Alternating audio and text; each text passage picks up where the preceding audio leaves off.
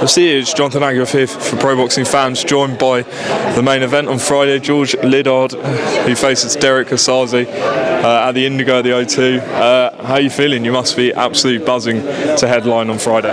Yeah, look, I'm very excited, second headline event and another sold out show, so can't thank all my support enough, the support of West Ham, the support of my local community and obviously my family and friends, so look forward to putting on a show for you all Friday night. So obviously, yeah, like you say, second headline, but does it feel a bit bigger? Obviously, we're here at the press conference. Names on every poster. You know, you're the man today. So does it feel a bit different? Yeah, of course. Look, that was their debut show on the Huge Boxing. Good friends with Charlie, obviously my manager. So it's great to headline their show as my first headline event. But first time headlining a Matchroom show. I've been at the bottom of the list for a while now here. So at the bottom of the show. So nice to be the top of the bill. And it's something I want to get used to. So keep winning, and I'm sure we will. So you've been bottom of the list, but I guess like you, Jimmy, etc. You're all like sort of rising prospects, and I guess for you to get this chance to headline, do you reckon that will like inspire the likes of Jimmy, who's coming through, Giorgio behind you, things like that? Because you're headlining a big show live on the Zone. So yeah, what does that mean? I'm sure they're only a couple fights behind. They're nearly there as well. So I think this is great what they're doing. Giving us young prospects a chance to be higher up the bill, like me, to be able to headline in front of my own crowd, local, and get a showing in London. Getting all of us London boys out in London, it's amazing. And I think they've seen, it's sold out. I think they've seen how crucial it is to put these shows in London. So hopefully, we can get a few more sorted. Now, Derrick Osaze, we saw him against Denzel Bentley, but he's still a quality fighter. Have you had any experience with him in sparring? And you're shaking your head, so I know. But what are you expecting from him? There's not a whole lot on Derrick, online. I've seen he's obviously won the Boxer tournament. He's got two, as you say, good losses to Tyler Denny and Denzel Bentley, both, high-level fighters. So I think it's a good test domestically to see where I'm at, and I'm excited. I'm excited to go and put on a show. I'm ready. I'm born for these nights, made for the bright lights. So this is my time, and I look forward to picking up the Commonwealth silver, which hopefully will put me in line to fight for the Commonwealth. As we know, obviously Denzel knocked him out in 2 rounds, and I'm guessing Eddie and Frank Smith and everyone will want a similar knockout so they can get on the mic. And are you thinking about that, or do you just focus on just getting the job done, whatever means?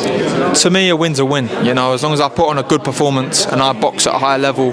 Styles make fights. Some styles suit other people better than others. So you never know what's going to happen come fight night. But I'm ready. I'm ready to put on a good performance. And I wouldn't be surprised if you see an early knockout. As you've seen from my other fights, I'm dangerous, very dangerous, especially early on as well. I've not quite been taken into the depths yet, but I'm ready for it. So I'm excited. Hopefully he can take me a few rounds. I've not been past 6 yet as a pro. Let's see what Friday night brings, but I'm excited. Yeah, and being in that gym down the Matchroom gym, you've got obviously Conor in camp for a big fight. Are you all motivating each other? For these fights? Yeah, Conor's just obviously starting to come into camp now. We kind of haven't crossed paths too much because he's just coming into camp as I'm finishing. But yeah, obviously all the lads in the gym. You got Jimmy, you got Maisie. We're all grafting with each other. Pushing each other through those hard mornings in the winter. It's not been easy, but we pushed each other through, and we're all in some of the best shapes of our lives. So all looking forward to putting on a show for everyone Friday night. And I thank everyone, not just the people that bought tickets, to come watch me, but all their supporters as well, for making it such a special night for all of us prospects. Now, you say you haven't crossed paths with Conor Benn, but being a middleweight, I'm guessing you're going to get the work in with him for this camp. Has that been discussed? And hey, welcome. Is that the plan? Well, we've had plenty of rounds in the past, sparred plenty of times. For the last Eubank camp, we both sparred a lot, so a little bit of noise going on right now. It's throwing me off a little bit. I'm sure we'll get some sparring in. I'm going to take a good couple of weeks off after this, so you might not see me for a few weeks, but I'm sure once I'm back we'll get some rounds in. How's he looking ahead of this fight, and what are you expecting? He's looking strong, he's looking big, muscly, strong. So listen, like I've said to everyone that's asked about what I think of that fight, I think it comes down to who wants it more out of the two. and I just think Conor wants it that little bit more. You know, I think he's got that younger, hungrier, fierier side.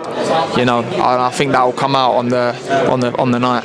Obviously, you know, fans look at the fight and see Chris Eubank a natural middleweight against Conor Benn a natural welterweight. Even though there's a rehydration clause, people are still saying the weight's too much. What are people getting wrong, in your opinion, and what is Eubank in for? Like, what surprise could he be in for?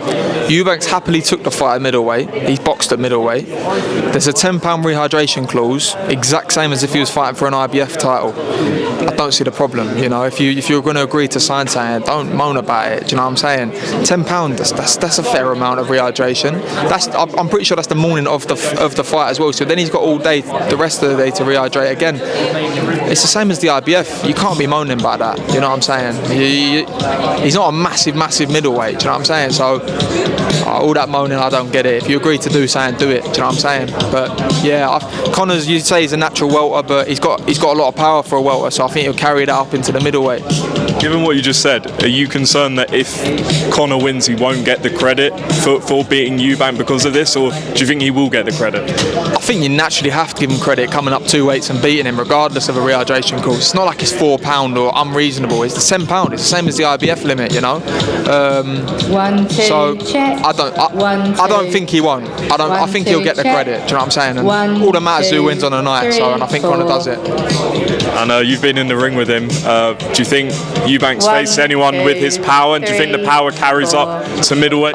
Listen, I think Eubank's probably been in there with a few decent punches, but like I say, I think Conor's the younger, hungrier fighter out of the two. Chris, I think, you know, in my opinion, he's probably on the decline now. I don't think he's at his peak, whereas Conor, I feel like he's at his peak, and I think he does Eubank, and I think it's an incredible feat if he does. So all the best to Conor.